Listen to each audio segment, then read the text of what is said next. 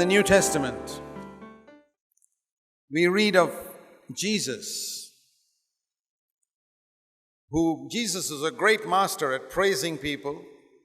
He was equally a great master at correcting people. ಹೊಸ ಒಡಂಬಡಿಕೆಯಲ್ಲಿ ನಾವು ಯೇಸುವಿನ ಕುರಿತಾಗಿ ಓದುತ್ತೇವೆ. ಅಲ್ಲಿ ಯೇಸು ಜನರನ್ನ ಪ್ರಶಂಸಿಸುವುದರಲ್ಲಿ ದೊಡ್ಡ ಗುರುಗಳಾಗಿದ್ದರು. ಅದರಂತೆ ಸಮನಾಗಿ ಜನರನ್ನ ತಿದ್ದುವುದರಲ್ಲೂ ಕೂಡ ದೊಡ್ಡ ಗುರುಗಳಾಗಿದ್ದರು. You know, in the book of Revelation chapter 2 and chapter 3 you read about the Lord's messages to the 7 elders. ಸಭೆಯ 7 ಹಿರಿಯರಿಗೆ ಕರ್ತನ ಸಂದೇಶ ಏನೆಂದು ನಾವು ಪ್ರಕಟಣೆ 2 ಮತ್ತು 3ನೇ ಅಧ್ಯಾಯಗಳಲ್ಲಿ ನೋಡಿಕೊಳ್ಳುತ್ತೇವೆ. What the Lord, I just want to show you that passage in Revelation chapter 1. The last words of Jesus are in Revelation. ಪ್ರಕಟಣೆ ಗ್ರಂಥ 1ನೇ ಅಧ್ಯಾಯದಲ್ಲಿ ಯೇಸು ಆಡಿದಂತ ಕೊನೆಯ ಮಾತುಗಳನ್ನು ತೋರಿಸಲು ಇಷ್ಟಪಡ್ತಾನೆ. And the Lord told John, write this to the messenger, chapter 2, Revelation chapter 2, verse 1.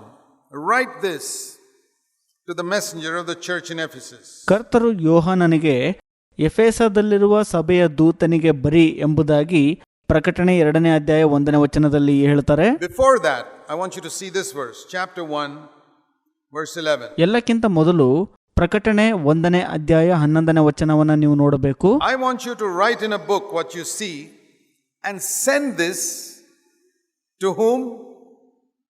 Read carefully. To whom? ಈ ಪುಸ್ತಕದಲ್ಲಿ ನೀನು ನೋಡುವುದನ್ನ ಬರೆದು ಯಾರಿಗೆ ಇದನ್ನ ಕಳಿಸಬೇಕು ಅಂತಂದ್ರೆ ಇದನ್ನ ಎಚ್ಚರಿಕೆಯಿಂದ ನೋಡ್ರಿ. To the 7 churches in Ephesus, Smyrna, Pergamum, Thyatira, Sardis, Philadelphia and Laodicea. ಅದು 7 ಸಭೆಗಳಿಗೆ, Ephesus, Smyrna, Pergamum, Thyatira, Sardis, Philadelphia, Laodicea. Did you read that? ಅದನ್ನು ಓದ್ಕೊಂಡ್ರಲ್ವಾ? Okay. The letters go to the 7 churches. ಈ ಪತ್ರವು 7 ಸಭೆಗಳಿಗೆ ಹೋಗುತ್ತೆ. And here are people sitting in Laodicea. Okay. Here's a message from the Lord. This is not for the elder in Laodicea. This is what the condition of the elder in Ephesus. Listen. ಲವೊದಿಕೀಯ ಜನರಿಗೆ ಈ ಸಂದೇಶವನ್ನ ಓದಲಾಗುತ್ತೆ. ಆ ಸಂದೇಶ ಲವೊದಿಕೀಯದ ಹಿರಿಯನ ಬಗ್ಗೆ ಅಲ್ಲ, ಅದು ಎಫೆಸದ ಸಭಾ ಹಿರಿಯನ ಸ್ಥಿತಿಗತಿಗಳನ್ನ ತೋರಿಸುತ್ತೆ. This is what the Lord says. Now think of this. Now you would say, listen brother, if the elder in Ephesus has committed a blunder, why tell all the other churches about it? ಇದನ್ನ ಕರ್ತರು ಹೇಳುವಂತದ್ದು. ಇದರ ಬಗ್ಗೆ ಯೋಚಿಸ್ರಿ. ನೀವು ಹೇಳ್ಬಹುದು, ಸಹೋದರರೇ ಕೇಳಿಸಿಕೊಳ್ಳ್ರಿ, ಎಫೆಸದಲ್ಲಿರುವ ಸಭೆ ಹಿರಿಯನು ತಪ್ಪು ಮಾಡಿರಬಹುದು, ಯಾಕೆ ಇತರ ಸಭೆಗಳಿಗೆ ಗೊತ್ತಾಗಬೇಕು ಅಂತ. Let's keep it quiet. Let's just tell the elder in Ephesus quietly, call him aside and tell him, don't even tell the church.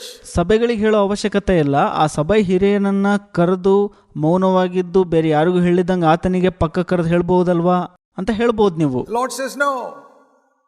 Tell the church in Ephesus and tell all the 7 churches what this fellow has left his first love. ಕರ್ತರು ಹೇಳ್ತಾರೆ, ಇಲ್ಲ, ಈ ವ್ಯಕ್ತಿಯು ತನ್ನ ಮೊದಲ ಪ್ರೀತಿಯನ್ನು ಕಳೆದುಕೊಂಡಿದ್ದಾನೆ ಎಂಬುದಾಗಿ ಇತರ 7 ಸಭೆಗಳಿಗೂ ಹೇಳಬೇಕು ಎಂಬುದಾಗಿ ಇಲ್ಲಿ ಕರ್ತರು ಹೇಳ್ತಾರೆ. And tell the church in Ephesus about that Laodicean elder who's proud and thinks he's wealthy and he's good for nothing, wretched, and the people in Ephesus are sitting and listening to all this.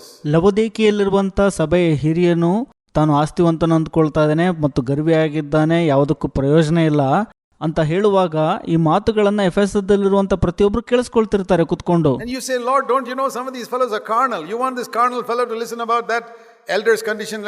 The Lord says yes. ಈ ರೀತಿ ಹಿರಿಯ ಸದಸ್ಯರ ಸ್ಥಿತಿಗತಿಗಳನ್ನ ಈ ಪ್ರಾಪಂಚಿಕ ಜನರು ಸಭೆಯಲ್ಲಿ ಕುತ್ಕೊಂಡಿರ್ತಾರೆ, ಅವರೆಲ್ಲ ಕೇಳಿಸ್ಕೊಳ್ತಿರ್ತಾರೆ, ಕೇಳಿಸ್ಕೋಬಹುದಾ ಎಂಬುದ ಕರ್ತನೆ ಕೇಳುವಾಗ ಕರ್ತರು ಹೌದು ಕೇಳಿಸಿಕೊಳ್ಳಲಿ ಅಂತ ಹೇಳ್ತಾರೆ. How many of you would do that? ಎಷ್ಟು ಜನ ನೀವು ಇದನ್ನ ಮಾಡ್ತೀರಾ?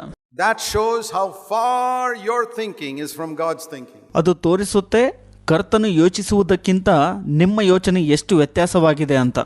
You don't realize it. Many elder brothers in our churches, their whole way of thinking and correction is 100% psychology and human. ನೀವು ಅನೇಕರು ಗ್ರಹಿಸಿಕೊಳ್ಳೋದಿಲ್ಲ. ನಮ್ಮ ಸಭೆಯಲ್ಲಿರುವಂತ ಅನೇಕ ಹಿರಿಯರು ತಿದ್ದುವಿಕೆಯನ್ನ ಮನೋವಿಜ್ಞಾನ ಅಂತ ತಿಳಿದುಕೊಳ್ಳುತ್ತಾರೆ ಮತ್ತು ಮಾನವನಿಂದ ಬಂದದ್ದು ಅಂತ ತಿಳ್ಕೊಳ್ತಾರೆ. It's not divine because they haven't studied the Bible. ಅವರು ತಿದ್ದುವ ವಿಧಾನ ದೈವಿಕವಾಗಿ ಇರುವುದಿಲ್ಲ, ಯಾಕಂದರೆ ಅವರು ಸತ್ಯವೇದ ಅಧ್ಯಯನವನ್ನ ಮಾಡಿರುವುದಿಲ್ಲ. And no wonder you have problems in your churches. ನಿಮ್ಮ ಸಭೆಗಳಲ್ಲಿ ಸಮಸ್ಯೆ ಇರೋದ್ರಲ್ಲಿ ಯಾವುದೇ ಆಶ್ಚರ್ಯ ಇಲ್ಲ ಆಗ. Because you think you can improve on God's way and do it the way the psychologists say. ಯಾಕಂದರೆ ನೀವು ಅಂದುಕೊಳ್ಳುತ್ತೀರಿ ನೀವು ದೇವರ ಮಾರ್ಗವನ್ನ ಸುಧಾರಿಸಿಕೊಂಡು ಮನೋವಿಜ್ಞಾನಿಗಳು ತೋರಿಸುವಂತೆ ಅದನ್ನು ಇನ್ನೂ ಉತ್ತಮವಾಗಿ ಮಾಡಬಹುದು ಅಂತ. Don't hurt anybody. ಯಾರಿಗೂ ನೋಯಿಸಬಾರದು. Just call him aside and say it nicely. Show that to me in the Bible. ಆ ವ್ಯಕ್ತಿಯನ್ನ ಪಕ್ಕಕ್ಕೆ ಕರೆದು ಮೃದುವಾಗಿ ಹೇಳು ಎಂಬುದಾಗಿ ಹೇಳ್ತಾರೆ. ಈ ರೀತಿ ಸತ್ಯವೇದದಲ್ಲಿ ಎಲ್ಲಿದೆ ತೋರಿಸ್ರಿ ನಂಗೆ. No, he says, tell all the churches of the condition of Ephesus and the elder there and the elder there, tell everybody. ಎಫೆಸದ ಬಗ್ಗೆ, ಅಲ್ಲಿರುವಂತ ಹಿರಿಯರ ಬಗ್ಗೆ, ಅವರ ಸ್ಥಿತಿಗತಿಗಳ ಬಗ್ಗೆ ಎಲ್ಲರಿಗೂ ಹೇಳು ಎಂಬುದೇ ಕರ್ತನ ಸಂದೇಶ ಇಲ್ಲಿರುತ್ತೆ. But Lord, that's humiliating. It'll test whether they humble themselves or not. ಕರ್ತರೆ, ಇದರಿಂದ ಜನರಿಗೆ ಅವಮಾನ ಆಗುತ್ತದೆ ಅಂತ ನೀವು ಹೇಳುತ್ತೀರಿ. ಇದು ಅವರು ತಮ್ಮನ್ನು ತಗ್ಗಿಸಿಕೊಳ್ಳುತ್ತಾರೋ ಎಂಬುದರ ಪರೀಕ್ಷೆಯಾಗಿದೆ. God says, my ways are not your ways. ದೇವರು ಹೇಳ್ತಾರೆ, ನಿಮ್ಮ ಮಾರ್ಗವು ನನ್ನ ಮಾರ್ಗವಲ್ಲ ಅಂತ. And then can you imagine the elder brother sitting there in the church and John's messenger has come and he gets up in the church and says, fellas, I want to tell you what God, the Lord has sent a message through John about your elder sitting here. ಇಲ್ಲಿ ಕಲ್ಪಿಸಿಕೊಳ್ಳ್ರಿ, ಸಭೆಯಲ್ಲಿ ಸಭಾ ಹಿರಿಯರು ಕೂತಿರ್ತಾರೆ.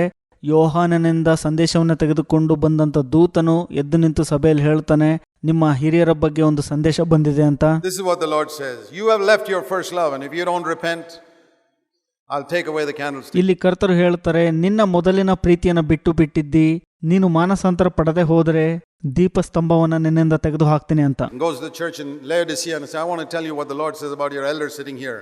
You're wretched, miserable, poor, blind and naked. ಲವೋದಿಕೀಯ ಸಭೆಯಲ್ಲಿರುವಂತ ಜನರಿಗೆ ಈ ರೀತಿಯಾಗಿ ಹೇಳಲಾಯಿತು, ಇಲ್ಲಿ ಕೂತಿರುವಂತ ನಿಮ್ಮ ಸಭಾ ಹಿರಿಯರ ಬಗ್ಗೆ ಕರ್ತರು ಈ ರೀತಿಯಾಗಿ ಹೇಳುತ್ತಾರೆ ಅಂತ.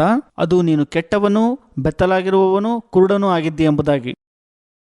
And can you imagine about 10-15 people sitting there in Laodicea who had some grudge against this elder who say, that's right, we always felt our elder was ಆಗ like this. ಲವೋದಿಕೀಯ ಸಭೆಯಲ್ಲಿ ಕೂತಿರುವಂತ 10-15 ಜನರು ಈ ರೀತಿಯಾಗಿ ದ್ವೇಷ ಇಟ್ಕೊಂಡಿರ್ಬೋದು ಆ ಸಭೆ ಹಿರಿಯರ ಬಗ್ಗೆ.